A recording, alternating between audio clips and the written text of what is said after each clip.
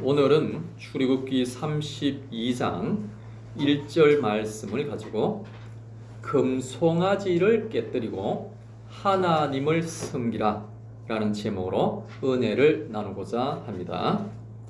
첫째, 기다림의 실패가 우상을 만듭니다.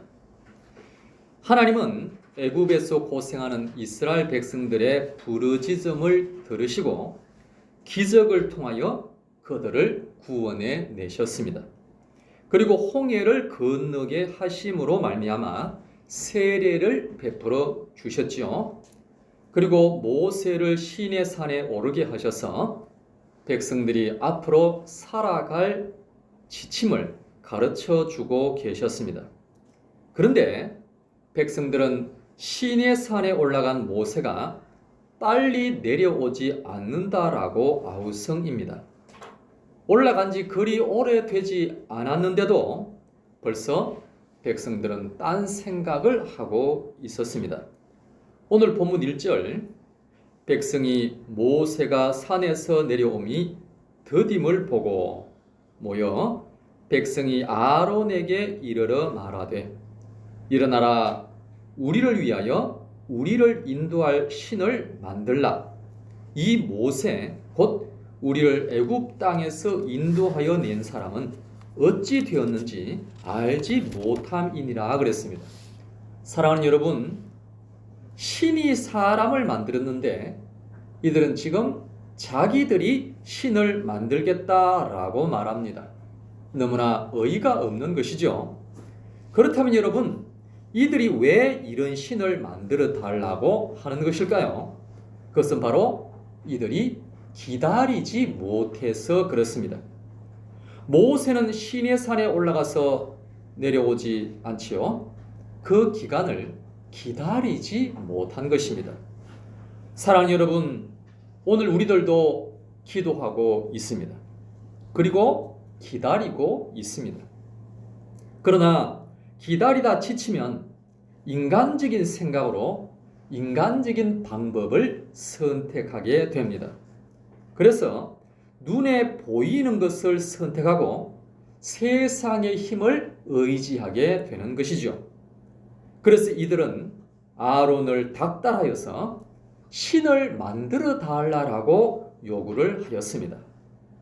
2절 말씀, 아론이 그들에게 이르되 너희의 아내와 자녀의 귀에서 금고리를 떼어 내게로 가져오라. 모든 백성이 그 귀에서 금고리를 빼어 아론에게로 가져가매 아론이 그들의 손에서 금고리를 받아 부어서 조각칼로 새겨 송아지 형상을 만드니 그들이 말하되 이스라엘아, 이는 너희를 애굽 땅에서 인도하여 낸 너희의 신이로다 하는지라 그랬습니다. 사랑하는 여러분, 왜 하필이면 금일까요? 금은 화려함의 상징입니다. 이들은 세상의 화려함을 원했던 것입니다. 반면에 이들이 처한 광야는 어떻습니까? 너무나도 삭막하지요. 그 가운데서 화려함이 자기들에게 위안을 줄 것이라고 여겼던 것입니다. 그리고 금은 화폐입니다. 그래서 유용하게 사용되는 도구입니다. 그래서 사람들은 금을, 곧 물질을 추구하게 되었던 것입니다.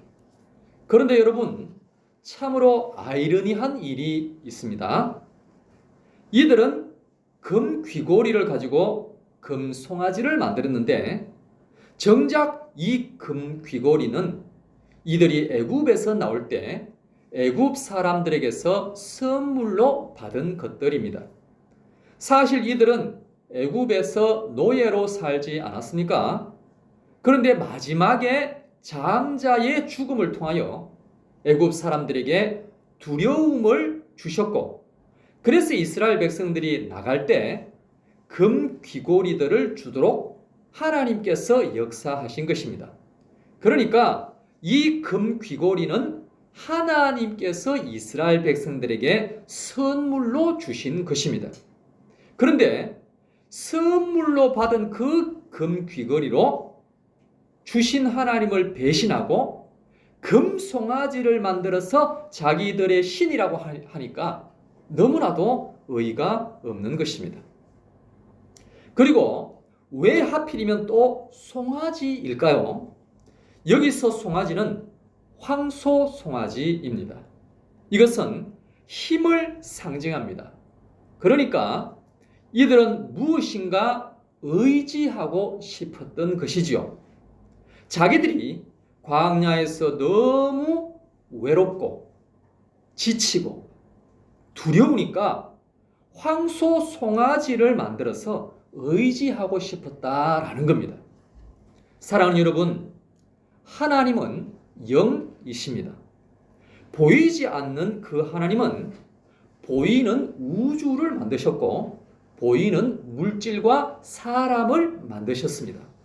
그런데 정작 사람은 하나님이 보이지 않는다라고 해서 보이는 것을 찾고 보이는 것을 의지하고 있습니다.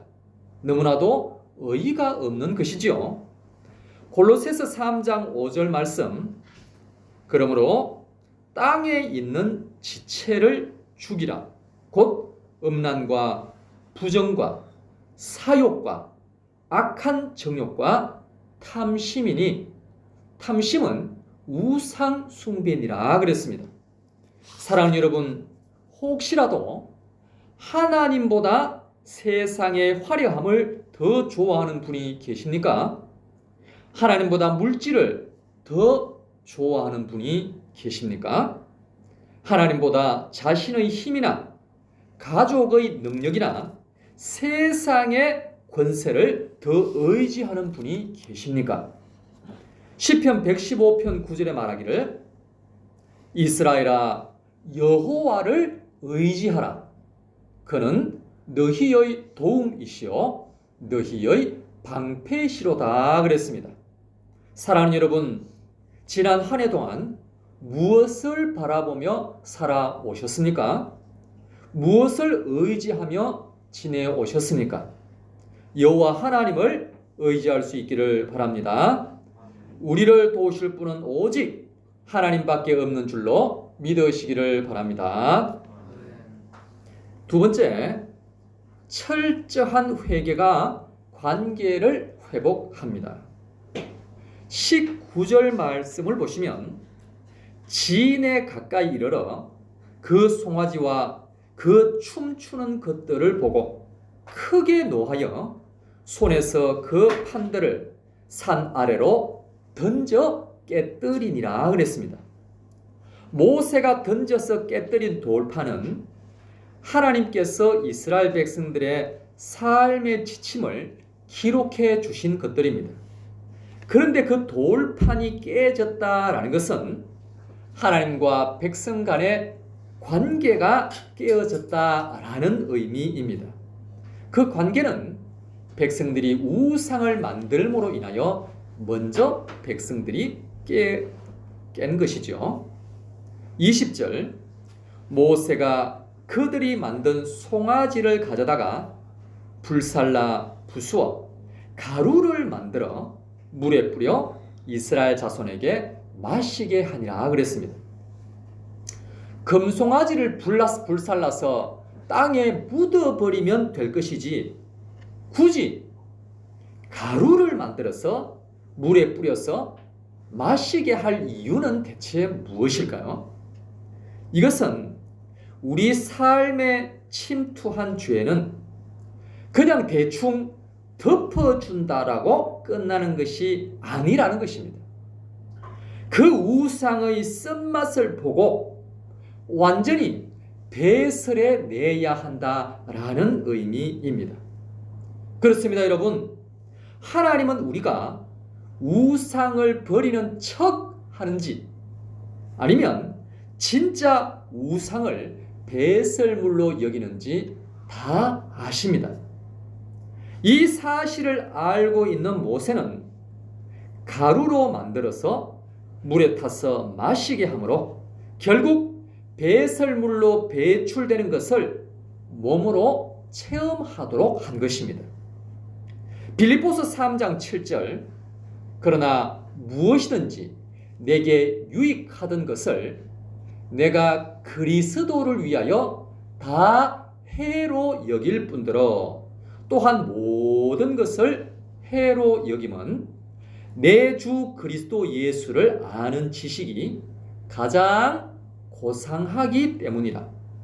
내가 그를 위하여 모든 것을 잃어버리고 배설물로 여김은 그리스도를 얻고 그랬습니다. 사랑하는 여러분, 바울이 이전에는 세상의 물질과 권세와 영광을 추구했었습니다. 그러나 예수님을 만난 이후에는 그런 것들을 다 배설물로 여겼다라고 했습니다. 그만큼 하나님이 귀하고 예수님을 아는 지식이 귀하기 때문입니다. 그러므로 바울의 이 고백이 오늘 우리의 고백이 되어야 할 줄로 믿습니다. 28절 레위 자손이 모세의 말대로 행하매 이날의 백성 중에 3,000명 가량이 죽임을 당하니라 그랬습니다. 사랑하는 여러분, 우상 숭배의 대가는 참으로 씁니다. 그래서 무려 3,000명이 죽임을 당했습니다. 엄청난 고통이 따른 것이지요. 거룩함을 회복하기 위해서는 대수술이 필요하기 때문입니다. 사랑하는 여러분, 진정 죄를 도려내기 위해서는 우상을 가루로 만들어서 마시는 철저한 회개가 필요합니다. 죄와 타협하지 않는 레위 자손과 같은 결단이 우리를 살린다라는 것입니다. 여호수아 24장 14절 이하에 보면 너희가 조상들이 강 저쪽과 애굽에서 섬기던 신들을 치워버리고 여호와만 섬기라. 오직 나와 내 집은 여호와를 섬기겠노라 그랬습니다. 여호수아는 애굽에서 섬기던 신들, 즉 이 세상 사람들이 섬기는 그 우상을 다 치워버리고 하나님만 섬기라고 선포하고 있습니다. 그래서 여호수아는 승리할 수가 있었고 영광을 누릴 수가 있었던 것입니다. 그러므로 우리도 결단이 필요합니다. 우상을 완전히 불태워 없애겠다는 결연한 의지가 있을 때 하나님은 우리에게 은혜를 내려주실 줄로 믿습니다. 호세아 6장 1절 오라 우리가 여호와께로 돌아가자. 여호와께서 우리를 찢으셨으나 도로 낫게 하실 것이요 우리를 치셨으나 싸매어 주실 것임이라 그랬습니다. 하나님은 회개하는 자들을 외면하지 아니하시고 언제나 사랑으로 품어주실 줄로 믿습니다. 마지막 세 번째로 자기 부인과 기도가 우리를 새롭게 합니다. 1절 앞부분을 다시 한번 보시면 백성이 모세가 산에서 내려옴이 더딤을 보고 모여 백성이 아론에게 이르러 말하되 일어나라 우리를 위하여 우리를 인도할 신을 만들라 그랬습니다. 분명히 우리를 위하여 만들라라고 했죠. 이들이 우상을 만드는 것은 그 우상을 위한 것이 아니라 결국에는 자기 자신을 위한 것이다 라는 말입니다. 그래서 실제로 가장 큰 우상은 자기 자신입니다. 그래서 다 평정하고 권력을 다 가진 왕이 되면 누구나가 자신을 신격화했던 것입니다. 마태복음 16장 24절 이에 예수께서 제자들에게 이르시되 누구든지 나를 따라오려거든 자기를 부인하고 자기 십자가를 지고 나를 따를 것이니라 그랬습니다. 사랑하는 여러분, 하나님 앞에서 바르게 서려면 결국에는 자신을 부인해야 합니다. 내가 살아있으면 결코 하나님을 섬길 수가 없는 것입니다. 내가 어떻고 그러면 하나님이 설 자리는 대체 어디라는 말입니까? 내가 하나님이 설 자리를 빼앗아 버렸는데 말입니다. 결국에 신앙이란 자기 부인입니다. 나는 없습니다. 오직 주님만 계십니다. 이런 고백이 나올 때 진정한 신앙인이 될 줄로 믿습니다. 그리고 자기 십자가를 지고 주님을 따라야 합니다. 그렇다면 광야에 있는 백성들의 십자가는 대체 무엇이었을까요?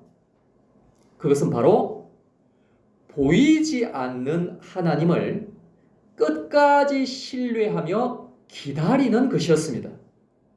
눈에는 보이는 것 없고 손에는 잡히는 것 없어도 약속의 말씀을 믿고 계속 걸어가는 것입니다. 이것이 바로 그들의 사명이자 십자가였던 것입니다. 오늘 우리도 마찬가지이지요. 우리가 잘 되지 않는다라고 생각되더라도 더 기도해야 합니다. 기도해도 빨리 응답되지 않는다라고 하더라도 끝까지 인내하며 기도해야 합니다. 그리고 오늘도 하나님의 말씀을 읊조리며 믿음으로 계속 걸어가야 합니다. 31절 모세가 여호와께로 다시 나아가 여짜오되 슬퍼도소이다. 이 백성이 자기들을 위하여 큰 죄를 범하였나이다 그랬습니다.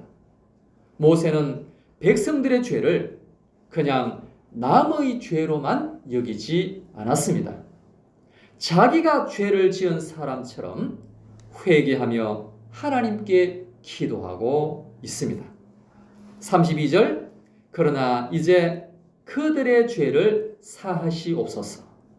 그렇지 아니하시오면 원하건대 주께서 기록하신 책에서 내 이름을 지워버려 주옵소서 그랬습니다. 그러니까 모세는 자기 목숨을 걸고 하나님께 기도하고 있는 것입니다. 하나님께서 모세를 지도자로 세운 이유를 알 것 같습니다.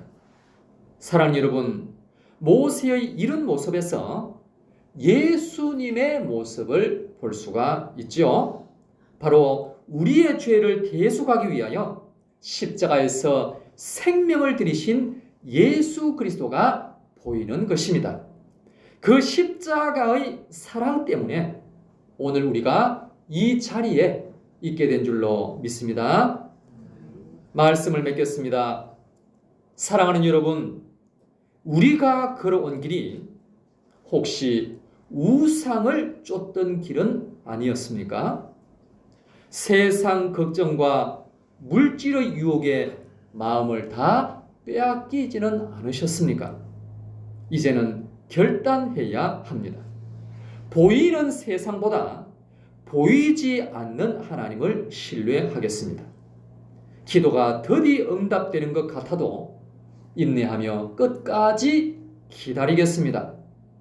나를 위하여 간절한 중보기도와 십자가의 대속의 은혜를 베푸신 예수님만 바라보며 나아가겠습니다. 라고 결단하며 기도한다면 하나님께서 반드시 더 좋은 길로 우리를 인도하여 주실 줄로 믿습니다. 이 시간에는 영적 결단서를 작성하는 시간을 갖겠습니다. 가지고 계신 유인물 나의 영적 결단서를 몇 분 동안 작성하시고 작성하셨으면 개인적으로 기도하는 시간을 갖겠습니다.